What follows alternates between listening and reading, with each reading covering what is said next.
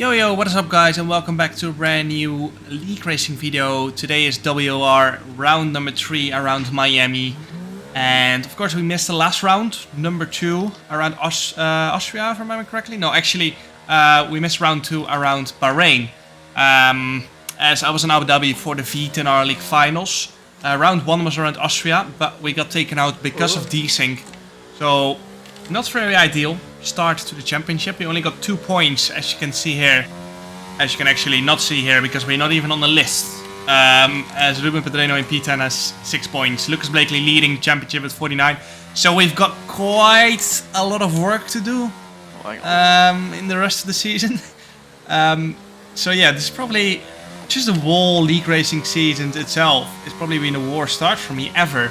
Both PSGL and WOR.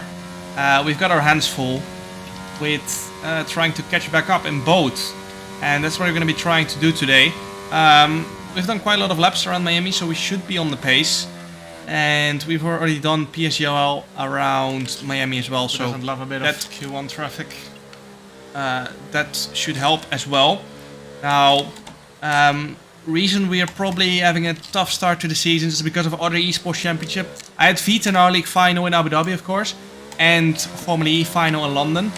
We managed to win the VTNR League finals in Abu Dhabi, and I finished P2 in the Formula E esports final in London, right behind Frederik Rasmussen, who is just an absolute beast in those cars as well. So, unfortunately, only P2 there, but still a solid result. Now, all the focus is back on F1 to try and get up to pace, because we've just not been good enough, to be honest, in every league race we've done so far.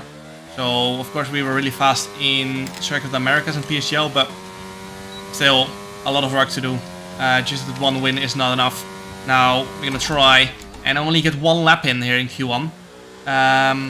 Because of our lack of pace in Q1 and Q2 in both championships, it means that basically we're never really fighting for pole position, because we're using always 2 sets in Q1 to get into Q2. So that sets us on the back foot for Q3, because that way we only have 1 new set of tires for Q3, and that way we're basically kind of always out of pole contention, and we're going to try and do that differently today. We're going to try and do only 1 run in Q1. This way we've got 2 new sets of tires for Q3. So Lucas Blakely now, probably the man to beat at the moment, a 126.434 here in his first lap in Q1, and we're gonna try and at least match that, if not go faster. Now this is a tricky section where you easily invalidate, of course, but we get it right, spot on. Joost Noordijk a 101.8 mid-split, and we are 2.7 tenths up on that. Jake is slightly slower than him, I think so, but it actually might be his intermediate time. If you guys not know, basically a lot of people go out on intermediates at the start of Q1 just to check if everything is working. Usually we set a lap, doesn't mean anything, but it's just to check if our wheel, internet, PC is working fine. Now up to the line, it is going to be a 126.579, 1.4 tenths off. Lucas Blakely, not ideal, but it will be enough to get into Q2 pretty comfortably, as you can see there. P7. A lot of people had to go for a second run, so me, Jake, our teammate, and Lucas Blakely, I think one of the only few with 2 new sets of tires. As we move on to Q2 now, this is our first new tire run. We've done a run on old softs, but obviously that's not going to be enough, as old softs are just so much slower. So first new set tire run in Q2. We can easily use another set, because we won't use another set of softs most likely in the race anyway. Now on to the end of Q2, another set of softs used, and you can see we're almost 2 tenths up. So solid improvement, and up to the line it is going to be a 2.5 tenth improvement, so that was a solid lap, not gonna lie. 26.111, putting us P1 ahead of Lucas Blakely. So yeah, finally a solid Q2 session as well for us, so very happy with that. And now on to Q3. Lucas Blakely goes P1 with a 126.089, and finally we've got a new set of tires at the start of Q3. Very happy with that. As we go into the final corner, try to not lock up and not waste this opportunity of finally having 2 new sets of tires up to the line. We're finally gonna have a solid banker at the start of a Q3 session, 126.081, and that's faster than what I did in Q3 PSGL, so very happy with that. And now we can take some more risk at the final lap of Q3. Overclockers provisional pole at the moment, and this is where it's all gonna count. The fastest the track has been, new set of tires. The lightest our car has been, low fuel. And you can see through turn 1, solid improvement, half a 10 up. And by the time we get into the fast left-hander, we're gonna be close to 110 up on our previous lap. Into the next left-hander, trying to get the car rotated nicely through that section. And this one is so painful for the front right. Just try to get the rotation in.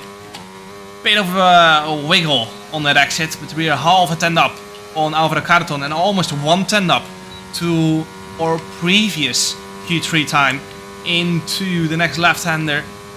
Probably the highest top speed around the circuit, if not the second highest, into the next left-hander.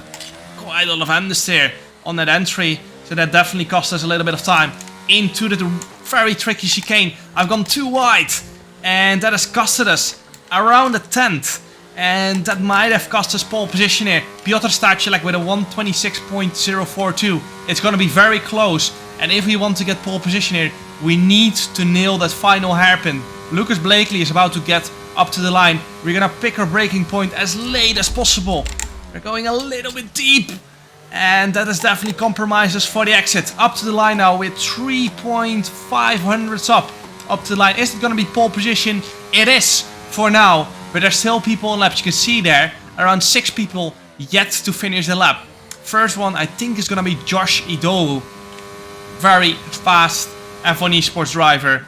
And he only goes P7, so he does not jump us. Now it's Jake Benham and Carter Looney. Alvaro first to come across the line. He doesn't improve on us. And at the moment, I thought I was going to get pole position because it was only Jake and Carter choked it a bit. It's enough. Having to finish the lap. Jake coming across the line any moment. He went faster. And he goes pole position. Very surprisingly. What was that? Huh? Huh?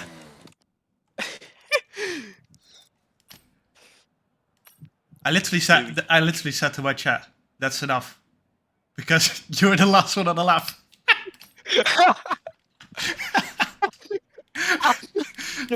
That's a joke. Oh dear. If you saw my chicane, I barely hit the curve of the first one. That's how wide I went. Oh! Wait, what? Wait, what? What? Oh, where did that come from? What the fuck? Out of nowhere.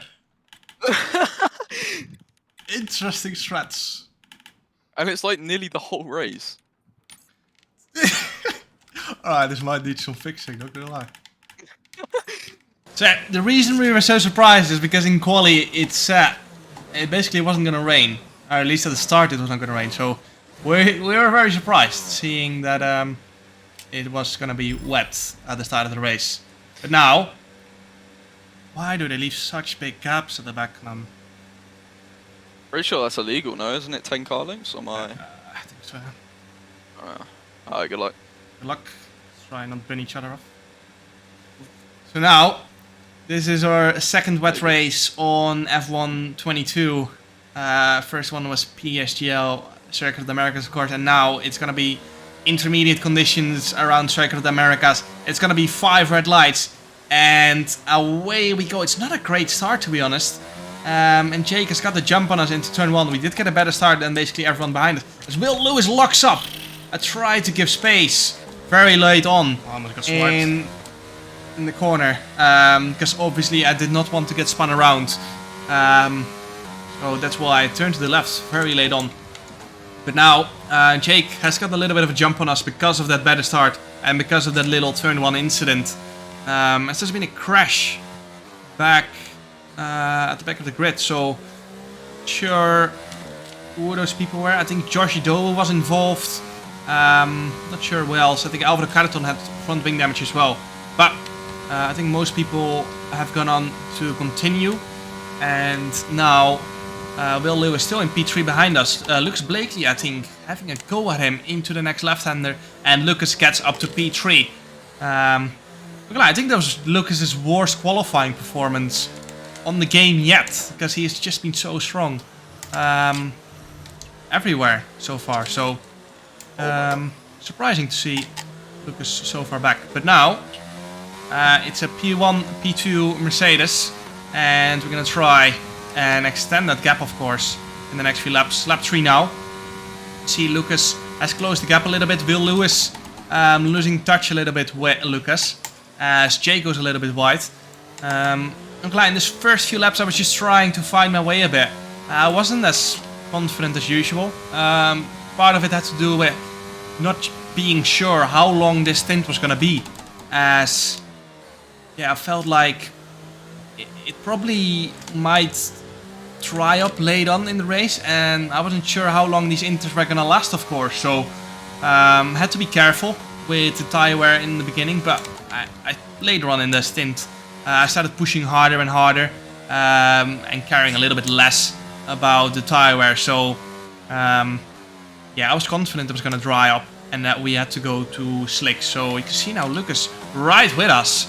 And he definitely has more pace at the moment. So I put on my overtake button to try and fend him off on the straight. And you can see that gave me a little bit of breathing room as Alvaro Carreton sets the fast lap of the race. Pretty similar to ours. So we got a gap to Lucas there. And lap 5. Jake has got a little bit of a gap now. As I said, I was saving tires a little bit in the beginning before I started pushing harder. So that's why we're losing a little bit of time, and I was pretty confident I was going to be able to stay ahead of Lucas anyway. It's just so hard to overtake in wet conditions anyway that, as I said, confident enough to stay ahead nonetheless. Lap 7 now. You can see we've closed the gap to Jake. As I said, I started pushing later on, and now we're right with him. We've got a fast lap as well. We stretched the gap to Lucas, and I kind of want to get past Jake here, as he was making quite a lot of mistakes here and there, as we set a fast lap of the race again. So that's why I wanted to try and get past Jake ASAP, because he missed the apex a little bit here and there. Turn 1 as well. So I wanted to get past ASAP, but as I said, not easy to overtake in the wet.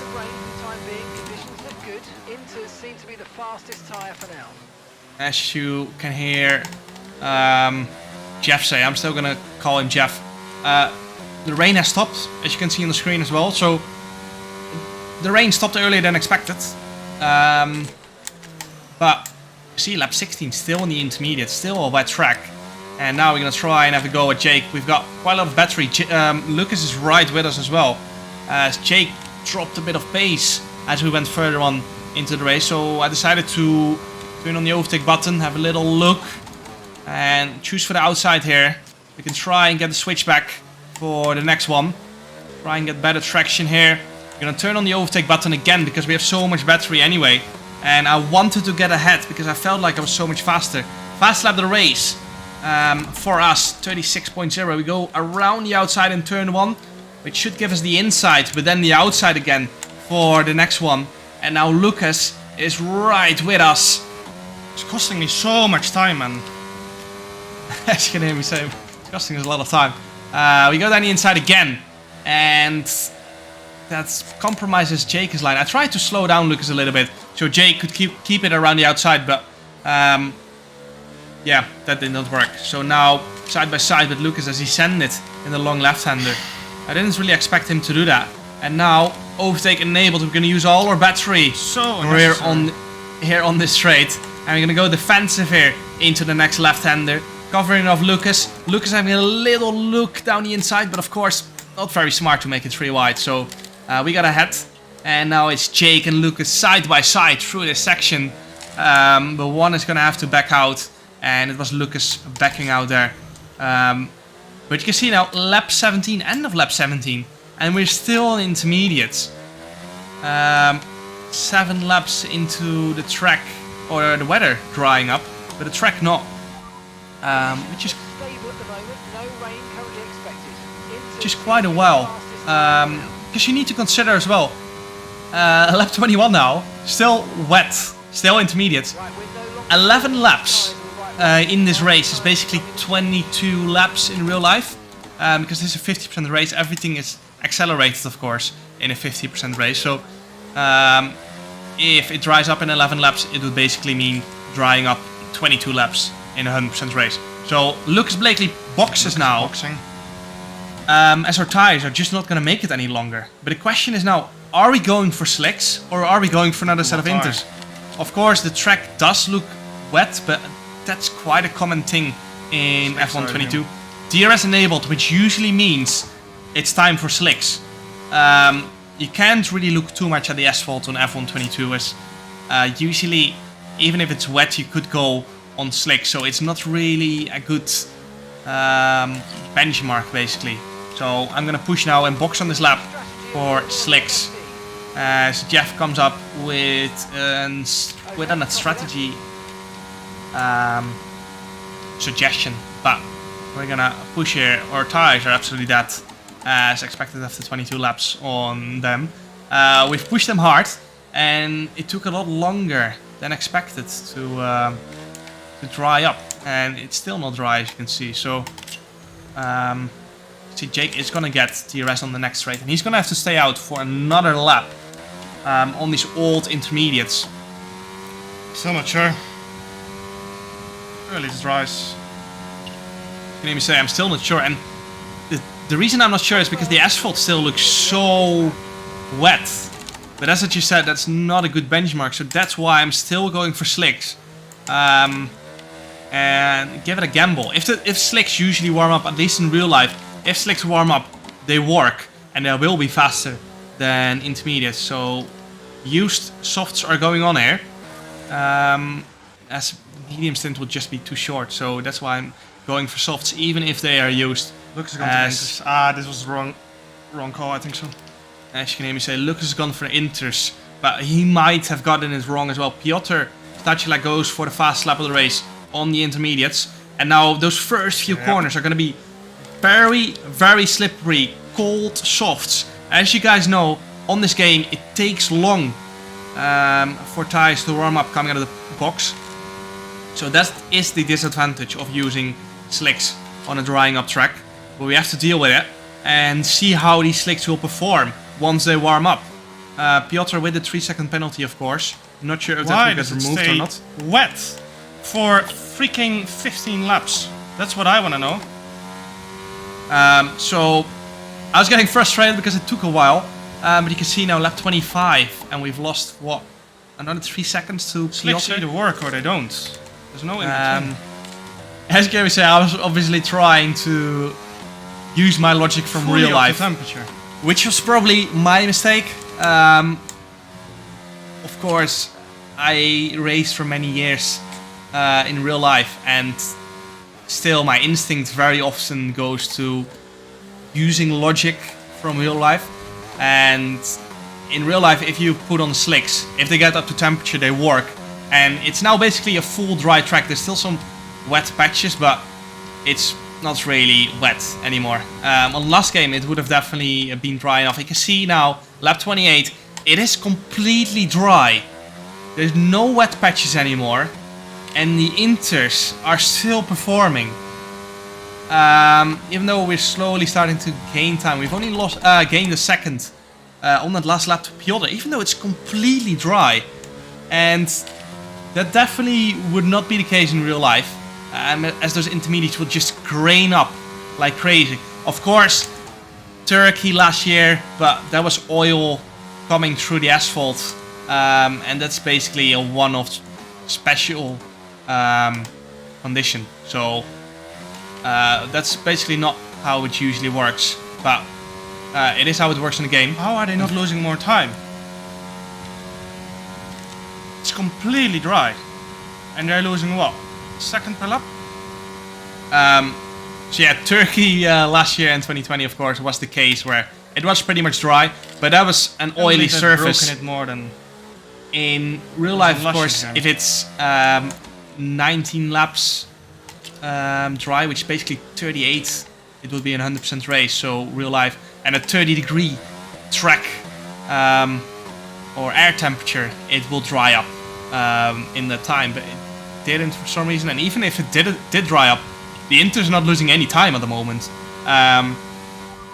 So yeah, I made this mistake completely myself by using real life logic in the game. So unfortunately, it cost us points. It cost us 10 points. We get P3. Lost a second in the second last lap on a full dry track. And this can go on the list of mistakes I've made at the start of this game in the league racing season. So yeah, it's frustrating. I'm just making so many mistakes at the moment. Nothing I can say about it at the moment. I just need to get better. Simple as that. Otherwise, we're not winning, first of all, the league racing season, but also not F1 esports season. It is what it is. We have to keep pushing and try to turn it around. Simple as that. Hope you guys enjoyed the video nonetheless. After my mistake. Make sure to like, subscribe for more league racing videos. And see you guys next time. Ciao.